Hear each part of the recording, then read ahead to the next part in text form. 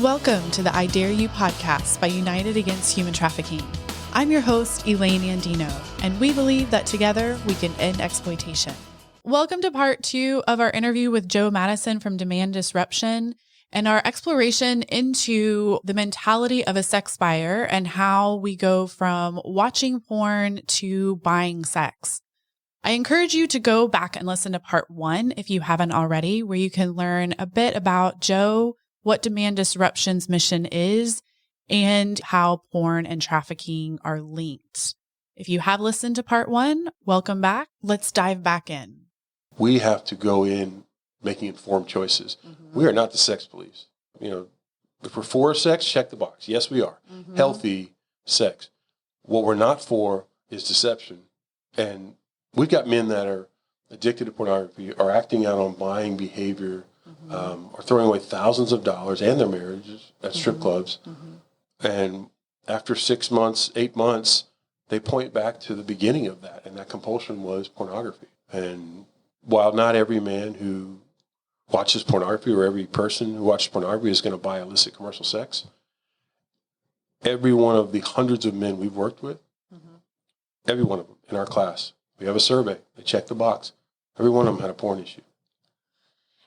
Which is mind-boggling. And I realize how many people this is surprising to, just based upon the candid conversations I have with people. They have no idea the connection and how easy it is to get from being a consumer of porn to crossing over and purchasing sex. There's a couple more things that I want to talk about. One, specifically, I know you and I have chatted about human trafficking can happen in porn. It's not just once you go and purchase on the street. Yeah. So talk to me a little bit about that, and then we'll get more into like resources and the more hopeful side of things. Yeah. Like so many in this industry, I defer to Melissa Farley when we talk about this. Mm-hmm. She dedicated her life to understanding prostituted women. Mm-hmm. Notice I didn't say prostitutes. Prostituted people. Mm-hmm. I say people also because the very sad truth is one of the fastest demographics are children and young boys. Yeah. And that speaks volumes to the continued escalation of severity and for some would say degradation of where you go in your mind as you see content and want to act out on it. My first thought is a survey that she did. I want to say it spanned 9 countries, close to 500 women. And as she talked to these prostituted women, her studies showed that nearly half of them had pornography made of them as they were being trafficked. They were being trafficked by somebody. Not only were they being exploited and having to have sex for money, much of that was being filmed. Right. And that created content. Elaine, you don't truly know what you're watching is consensual. Yeah, and even when it is, air quotes again, consensual, how consensual is it? How many decisions were eliminated, options were eliminated in that person's life when we consider that adult film industry performers, I've come to hate that word because it almost like we almost bring it alongside athletes and actors. Right. It's just so different. But how many options do you truly have whenever the majority of them, a vast number of them, statistics tell us, were sexually molested, were abused as a child sexually, were exploited at some young age, and essentially being told this is what you're good for. Yes. And as they deal with the trauma for that, they get older and they see a culture that glorifies it. They'll take that acceptance. Yeah. And it's sad. And so the other part of that survey, I would say, bringing it back to pornography, an overwhelming majority of them said that the men that bought sex from them were there to act out something they saw in pornography. And now we're back to the escalation dynamic that developed. It's the connection that we must realize is a legitimate connection. Right. We've got to take what culture normalizes, stare it right in the face, and normalize the truth right back at it. Right. Because it's not just to each their own. It's all very connected, and people are hurt because of it. And it just goes back to, once again, unveiling the lies that we're all fed, created by the porn industry, because they're making so much money off of what we're doing. Mm-hmm. You know, we have the lies that the privacy issue, it's the morality issue. Hey, this is what I want to do. It's fine. I'm not hurting anybody. And then we have the truth is that a lot of these women have gone through horrific stuff, which have put them behind the camera or put them on the streets. So it's not a fair exchange of goods. Like people think, oh, this is just capitalism. She's just comfortable with her sexuality. Right. I'm just going to pay for all of that as a lie. Yeah. And then it gets you in that cycle where you have this shame cycle and people aren't talking about it. And then once it becomes very obvious, we have a major trafficking problem in the U.S., people are so alarmed and they're wondering what they can do about it. And really, it starts way earlier than somebody actually purchasing sex, somebody selling sex. Absolutely does. And so I always like to challenge people of, yes, we need to stop trafficking. Stopping trafficking really starts much earlier than stopping the act or taking care of survivors, all which are incredibly important. But we all have a part to play where we can begin questioning lies that we've been fed in culture. And why have we been fed these lies? Well, because people are making money off of what we're doing. And so once we start unveiling that, then we can really shift and say, wait, I think I want to take some power back here. I want to be in control of what I watch, what I see, what I participate in. And that's going to be my contribution. And having open dialogue with our children, with our spouses, with our friends about the reality of all of this. It's a great connection, all of what you just said, because when you first look at trafficking and maybe you're new to it and you didn't realize how pervasive it is in our own country, not only pervasive, we're the number one consumer in many ways of illicit sex in the world. In the world. Why? Means, opportunity. When we look at it from that perspective, it can be overwhelming. It can be, well, what do we do against this? Because so many times we picture the movie Taken or something for trafficking. I mean, I also have a particular set of skills, but I'm no Liam Neeson. And it's a fun movie. Most of it has to do with eating barbecue and other things. But we have to realize that it's not happening in some violent, abductive way. Now, that's not to minimize that it does happen that way. It does, but not very frequently. It's happening on social media. It's happening because you get a ping on Instagram that says, oh, you're beautiful. You should be a model. In fact, my friend has a modeling agency, and now they friend you. And now there's a 6-week grooming period to get you to meet them somewhere. You know, they're as every parent, I'm a big boy, right? So if somebody threatens my kids, I'll be the second one there. Mom will be there, and I feel more sorry for them if she gets to them first. That's true for probably every wife and mom. The truth is we don't get that opportunity. It's not going to be our chance to put our body and ourselves between the threat and our kids or people we love. We're not even going to know it's happening until we're dealing with the fallout. So look this thing in the eye and don't be intimidated by it. Because when I say it seems too big, the way we beat this, we don't change the world or our country or our state. We don't even change, our city, whatever. We change the conversations we have at our dinner table.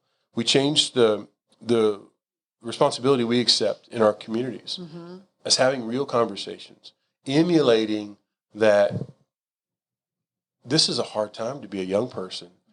And having those vulnerable conversations with your kid who expects to hear how easy they have it, right?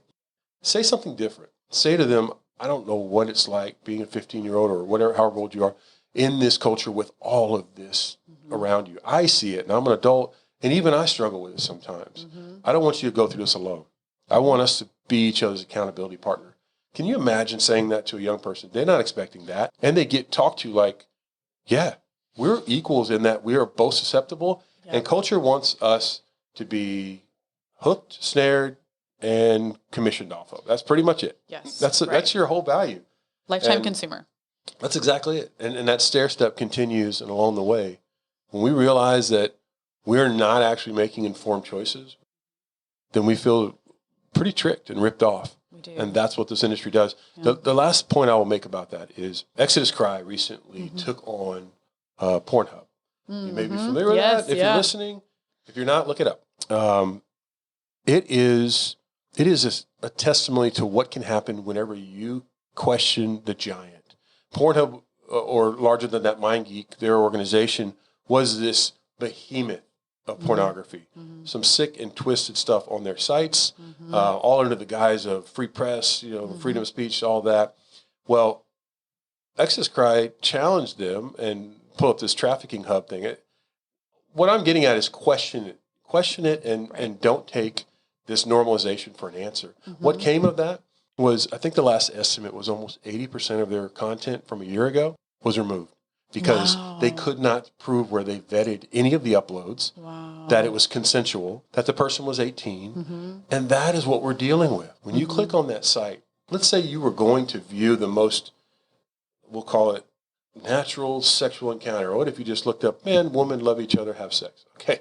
I don't think that pornography exists. But if it does, the next time you go to look for it and you put that same thing in, I promise you, you will get stuff pop up that you will be like, no, I don't want that. Right. 3 times later, it might be like, oh. And then later, you're watching something that would have disgusted you before. Right. That is the game plan with pornography. We just have to realize that is this deceptive escalation that happens in this predatory industry.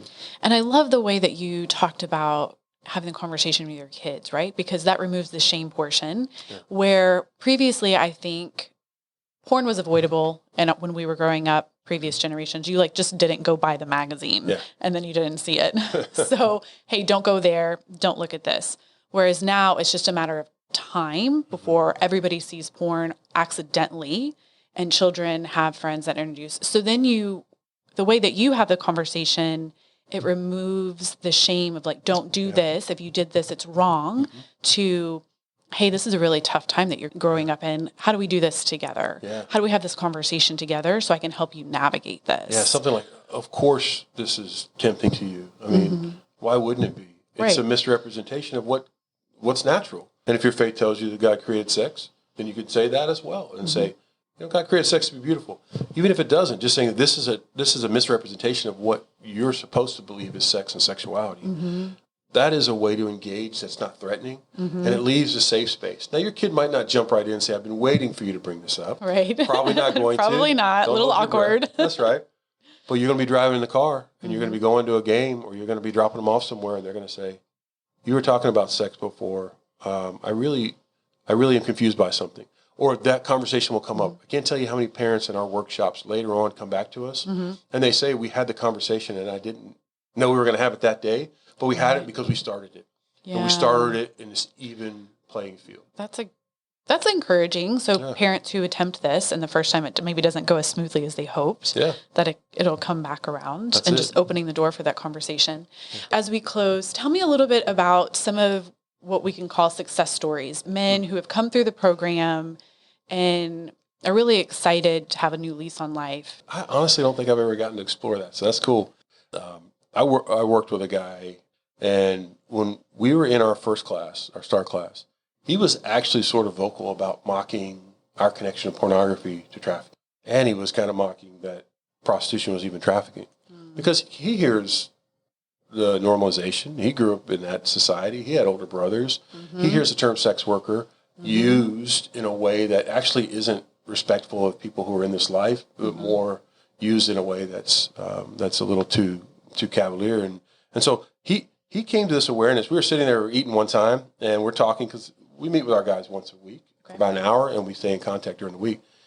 And I'm talking to him, we're eating wings, and I remember in mid-sentence he goes, man, I was thinking the other day, I don't even know who I was then. Like the way my brain worked. He said, when I went to buy sex, I convinced myself it wasn't cheating because there was no relationship. He said, I feel like I'm a different person, but I also feel like that person was somebody that I don't even remember getting to that point. And so it was this reflection of his path. And the point that he could stop and look back is a point that I call, when I'm talking to guys, I tell them, at some point you're going to refer to him. You're not there yet, but we will both refer to him. And what I mean by that is you're going to get to a point where you're going to say, I made decisions based on my beliefs then. And those decisions were hurtful to me and others, and I didn't see that. When he did that, it's not to give them an out. It's because they've made the changes. And now, if they were to be introduced with the same triggers, they see the truth behind them. Making informed decisions, they're not going to go down that road because they know the truth of what it really is. And now they've got him in that category over here, and they are themselves. They're this person that can look back on that person who made those decisions. That's important. You got to earn it, too. And so that's one story. Another one is the person that we worked with. This kid, I say kid, I shouldn't say that. He was 20 years old when he got arrested. Almost a kid. Yeah. He got arrested, going to school, and to him it was just, first time he was going to try it because he was on a porn site. He said, meet local girls or whatever. And it was a reversal. The thing that I think about with that is if he just got arrested and shamed, and didn't get connected with somebody who could walk him through a process. Now, I'm partial to ours, obviously. There are other processes that are very effective, but that process has to include some self-discovery. It has to improve a level of truth that you're not capable of without maybe even a polygraph or something. One of the things that we implement, he would have started to believe, instead of this is a thing I did, this is somebody I am. And that was his own words. Like he said, I started thinking that this is just what I am. Right. And he had such self-loathing that it was just becoming a given that that's what it was, even at that young age. And so much of it was pointed to his porn addiction, and then also, let's just say, an incident that was unwelcome when he was younger by an adult. The story that's come of that is awesome. Like he is mentoring his nephews. He finished the program. He's coming up on his graduation. And I don't just tell that as this sort of Pollyannish, here's how it can be. What I want to be heard is that this can be anybody, and that if we don't face it and have a method to work through it, the detriment is that you could create a buyer for life. Right. And that is a huge concern. And September 1st, in Texas, part of the legislation that we were part of in this last go-round, it's a state jail felony. It is. To solicit prostitution. It is. And without going too far down that road, compare that to the Class A misdemeanor that it is now, and the Class B it was the last session. We're going in the right direction, but my concern is that, are we going to extend an opportunity for people to get help so that they never buy again? I hope that we do, and I hope that we are in some way able to lead that. But think about that, a first offense, and now if you've already been arrested, you get arrested again, that's a third-degree state jail felony. Those are some steep prices. That's a life changer. It is. That is. Yeah, it is. And I'm so thankful here in Houston that we have you out there with HATRA and with HPD. And are you doing stings with Montgomery County Police as well? Or yes, we're in reversals with them. Harris County's a partner. So, law enforcement needs to be applauded for their willingness to look at this in a different way. And it's just awesome what law enforcement is doing with the anti-trafficking community. I got a call from Arizona the other day because they saw our website, and they want to understand our partnership with the police, because they're two separate entities there. It's law enforcement and it's anti-trafficking. That is a testimony, yes, to the anti-trafficking community, but also local law enforcement's willingness to go, okay, how can we incorporate some delivery mechanism to get help for not only people being sold, but people who are buying, so that they don't do that again. We have a permanent disruption of the behavior. That's amazing. Yeah, I love that. I'm so proud of it. They're doing awesome work. Well, Joe, thank you so much for being here. I've loved this conversation. I think it's a conversation that needs to happen on a much wider scale, because I think it's a huge part of the overall trafficking conversation and just the health of our society and us as humans. Yeah, it's a particular honor for me that UAHT has such a lineage of leading in anti-trafficking. This is not even a plug. If you look at it, local law enforcement patterned a lot of their decision-making and development of programs with the help of UAHT in the early years. So United Against Human Trafficking has done so much, and not just sex trafficking, but labor trafficking. So it's an honor to get to sit down and really open this up, and I'd love to do it again sometime. Absolutely. At the end of each of our episodes, we like to offer a challenge or a dare to all of our listeners. So I'm going to... What did I agree to here? I know. I'm going to kick it over to you. Nice right? So what would your challenge or your dare be to our listeners? I have a lot come to mind. I will say this preface. When we work with buyers and people who are struggling right now, we're not actually dealing with people August 26, 2021. We're dealing with 10 years ago, 5 years ago. There was no intercession. There wasn't a healthy conversation with parents and kids, because we just haven't been equipped to really take on this challenge. So here is my dare. I dare you, with somebody that you care about, whether it's your kid, your niece, your nephew, whatever, a brother, sister, I dare you to use empathy language that sounds a little bit like this. This must be extremely hard to be a young person in this culture. We talked about it earlier, right? Open with that. And I'm concerned because I know that I get tempted every day. I just turn on the TV. You can't help it. I dare you to come to somebody with that sort of empathy and then say to them, you can trust me anytime to have a conversation. And I will realize where you're at, and I will respect the challenges that you have, and I will do that with empathy, and I will never shame you. Have that conversation. It might blindside them, but that could open up a real ongoing dialogue about what we used to call the talk, which is a train wreck. Right. It's a one and done. Yeah, it is. No one ever speak of this again, right? So I dare you, lead with empathy. And in doing so, create that safe space where they can come to you whenever time comes. That's a beautiful dare. Thank you so much, Joe. Yeah, thank you. Thank you for listening to I Dare You, a podcast by United Against Human Trafficking. Please like and subscribe to the podcast, as well as share this with all of your friends and family. And we'd love to hear from you. Feel free to message us at podcast@uaht.org, or you can find us on all social media platforms. Thanks for listening, and we'll see you next time.